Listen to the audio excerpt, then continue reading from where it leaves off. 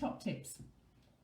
Now, the first one that I'm going to kind of share, and I share this with a lot of people when I first start working with them, is to get what I call kind of an anxiety box or drawer. Now, this is more on a physical level, and I appreciate we've got technology now which can be great and helpful, and you can do the equivalent within technology. So, for example, if you have a favourite book that you enjoy reading, a favourite magazine, something like that, put it somewhere where it's really easy and simple for you to get to.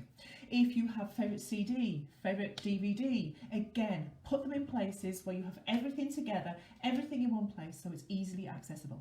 Because when anxiety kicks in, the last thing that we want to do is to go rummaging around for things that can help us. So make it really, really simple and really, really doable. So as I said, create something. So as I said, that's more a physical level. As I said, we've got technology. So if you've got a favourite playlist, put it somewhere again where it's dead easy for you to find. At a push of a button or two, you can get where you want to get to, and it's there. Again, when it comes to something like Netflix, for example, apologies, I don't have Netflix, so I'm not really au fait with it, but I know many people do. If you have a favourite film on there, that's especially one that lifts your mood, put it in your favourites. Make it dead easy for you to access and get to. As I said, when anxiety kicks in, one of the hardest things we can start to do is start to think. And it sounds really stupid, but you will know that that thinking brain, it just disappears. It's gone. It's suddenly detached and it's gone off somewhere. So these sorts of things need to be absolutely doable and absolutely easy and able to access. If you have certain meditations, certain calming music, whatever it might be, get it so it is really accessible and really, as I said, push a button. Or if it's something physical, like I said, olden days where you could put things in a drawer or in a bag or in a box, have it absolutely dead easy to access. Then you do not have to think. You don't have to think much about it. You can just access it and it's all there. Everything is there that you would want or need. Dead easy to hand. So, first dead simple tip. Now, positive mental attitude. Really important when it comes to anxiety and mental health. We can all think that we are kind of quite positive and quite uplifting, which is great if you are, that is brilliant. When it comes to anxiety, it gets a little bit difficult sometimes because being uplifting and positive isn't always easy to do. And I'm not saying we all have to be uplifting and positive all the time because that's not doable. It really isn't. We can't all be these wonderful, happy, amazing people all of the time. That takes so much energy.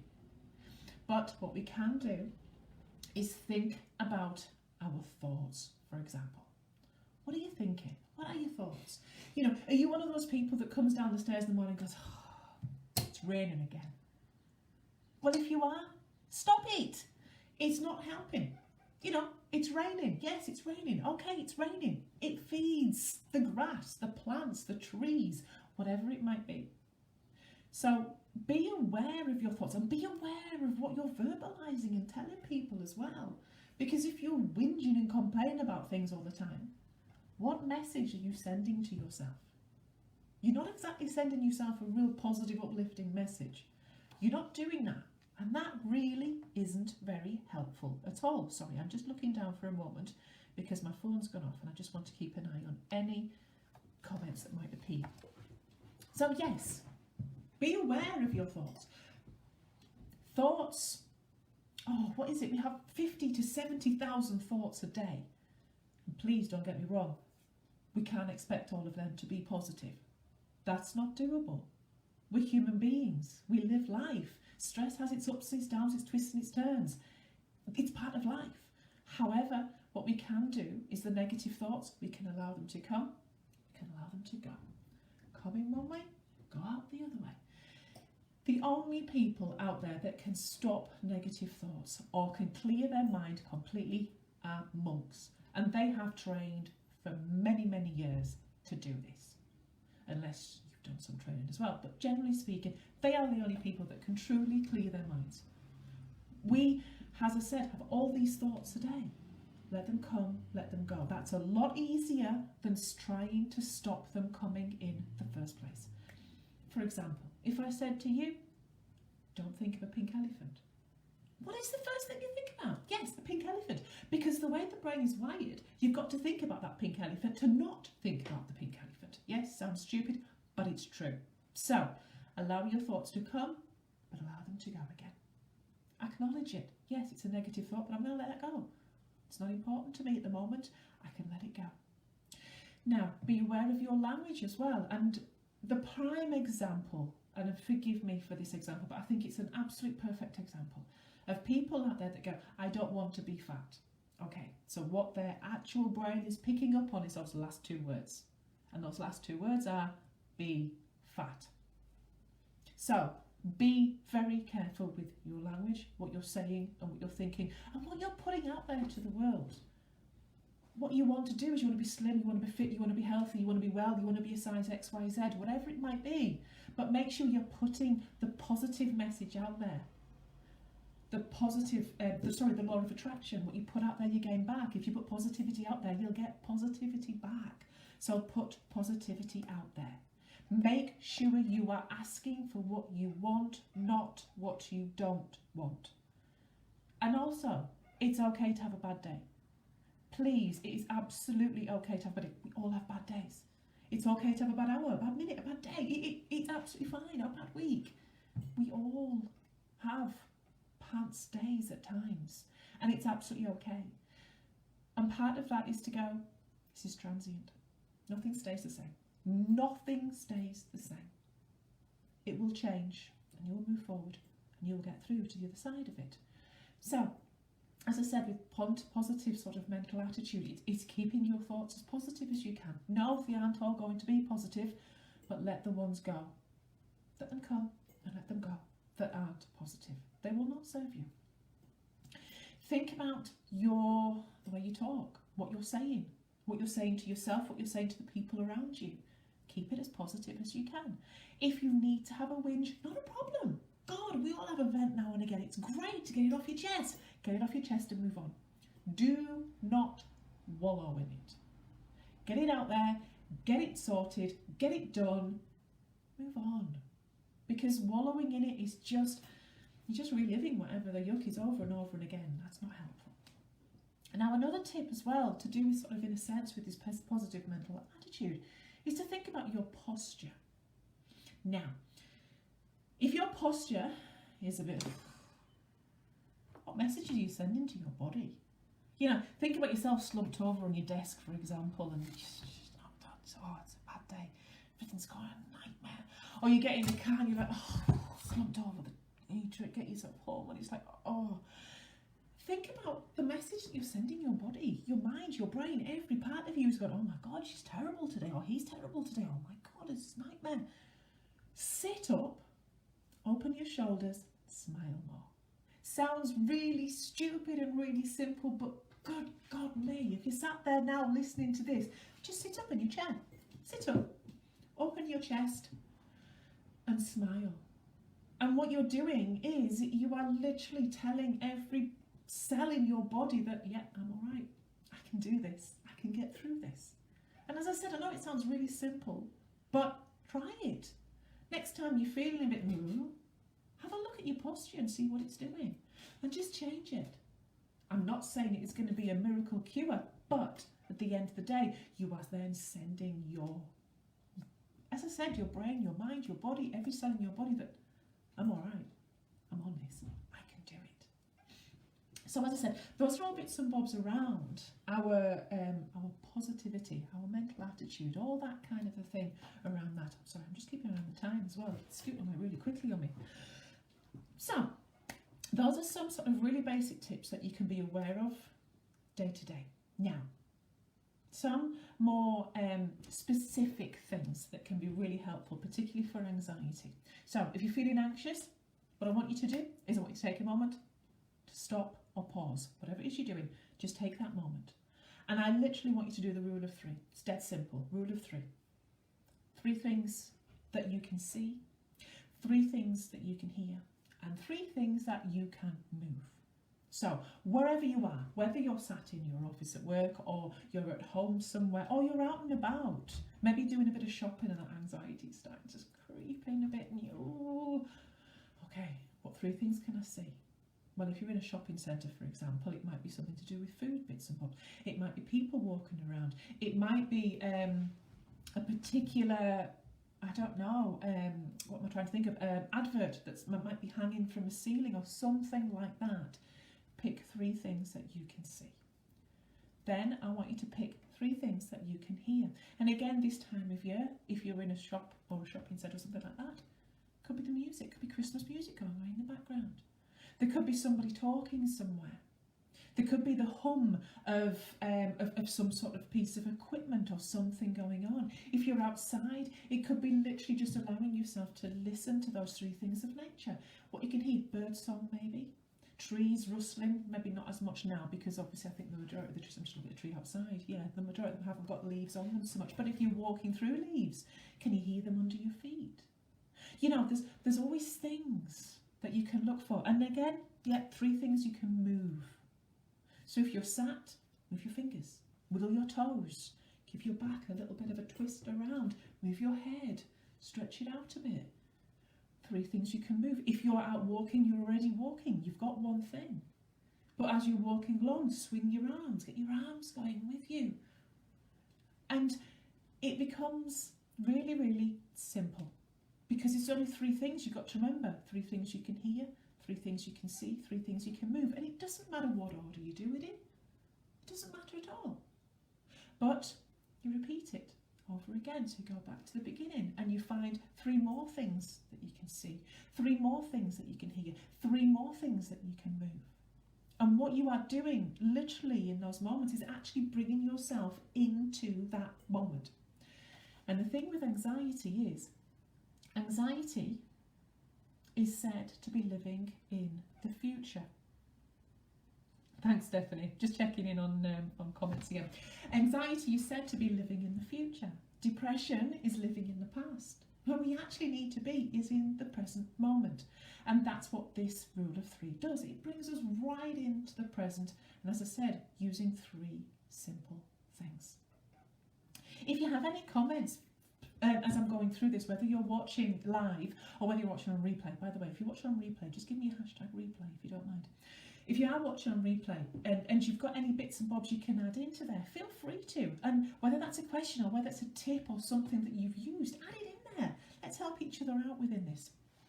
So as I said, that is the rule of 3, which again is a very, very simple thing. Just brings you absolutely into the present moment, into where you are in that moment. Now, the next little tip I've got is a great one to do. And this is a good one to do whether it's anxiety or not, because it helps us to take time out. Now, if I said to you, can you find 7 minutes a day? Most people will go, yeah, I probably can. Sorry, I'm having a slurp. Other people may go, actually, just finding 7 minutes is going to be a bit tough, a bit hard. 7 minutes is not very long. And I'm going to be really honest here. I don't know what it is about 7 minutes. I have no idea what it is about 7 minutes, but there's something about 7 minutes. 7 minutes is pretty darn doable, really, I think, for most people. But if it isn't doable for you, what I want you to do is I want you to incorporate into day-to-day bits and bobs that you do. So bear with me for a moment here. So as I said, you're going to take 7 minutes out. And most people go, ooh, can't do that. No, you're going to take 7 minutes out. Now, if you can incorporate 7 minutes into your day, brilliant. What can you do? Dead simple things. This is not difficult. It's not at all. Dead simple things. For example, if you enjoy candles, light a candle. Set your alarm on your clock for 7 minutes and sit and watch that candle for 7 minutes. Be in that moment for 7 minutes. As I said, set your alarm because you don't want a distraction going, what time is it? What time is it? What time is it? No, you don't want that. You set the alarm, no distraction. You can focus for that 7 minutes. So as I said, it could be a candle you watch. I mean, if you're not into candles, that's not your thing, hey, that's fine. Maybe music. But I want you to listen to music for 7 minutes. And I don't mean just have it on in the background. I mean really, really listen.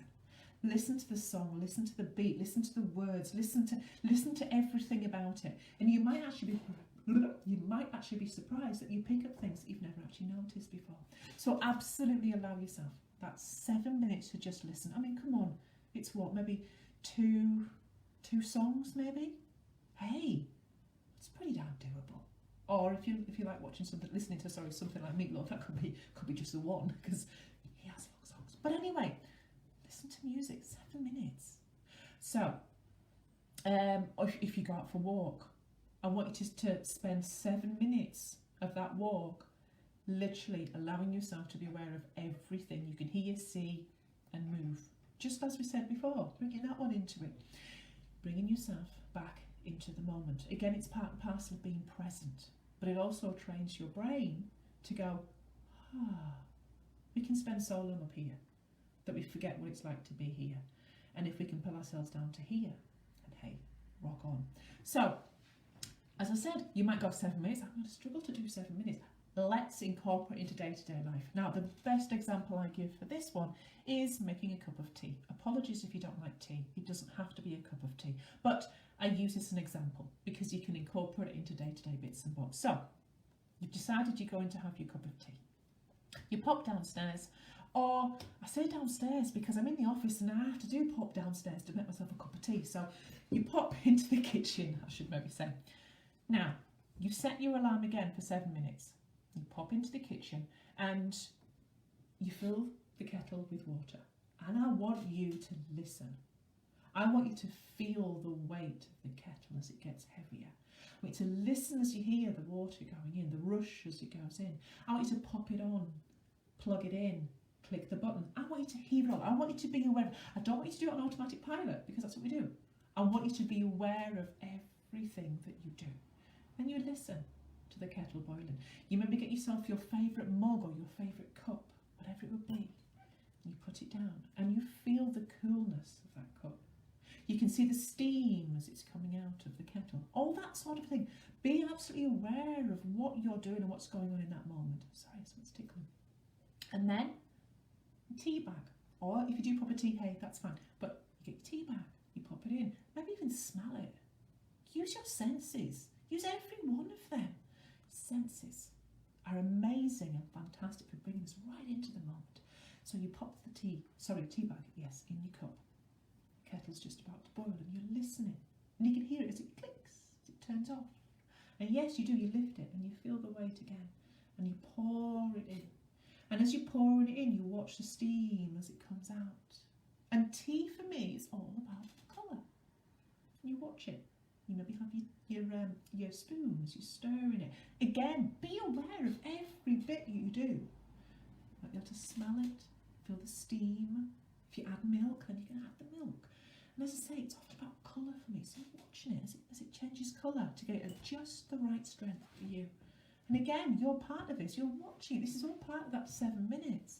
Once you've got that cup of tea made, whether it is you go and sit down or stand, you know, somebody might stand at the back door, for example. Just enjoy that cup of tea. Really feel that cup. It's now warm. The steam, you can feel it on your face as you bring it towards your mouth to have that drink. And you finish that 7 minutes just enjoying that cup of tea and really tasting it. Really be in the moment with it all. So that's a way, a really simple way that you can incorporate 7 minutes into your life. Just 7 minutes. And if you can do that 2 or 3 times a day, that is perfect. Absolutely perfect for just giving you absolute time out for 7 minutes. So it's called the 7-minute tip. Simple as that. So, as I said, sort of for tips, we've got the rule of 3 tip that I had just before. We've got the 7-minute tip. And then this next one is a simple one that I call the next 30 minutes. Now, this is a fantastic one that a client told me about after a book that she'd read. And I think it is absolutely brilliant. And I know other people and clients have found it really, really helpful. The next 30 minutes.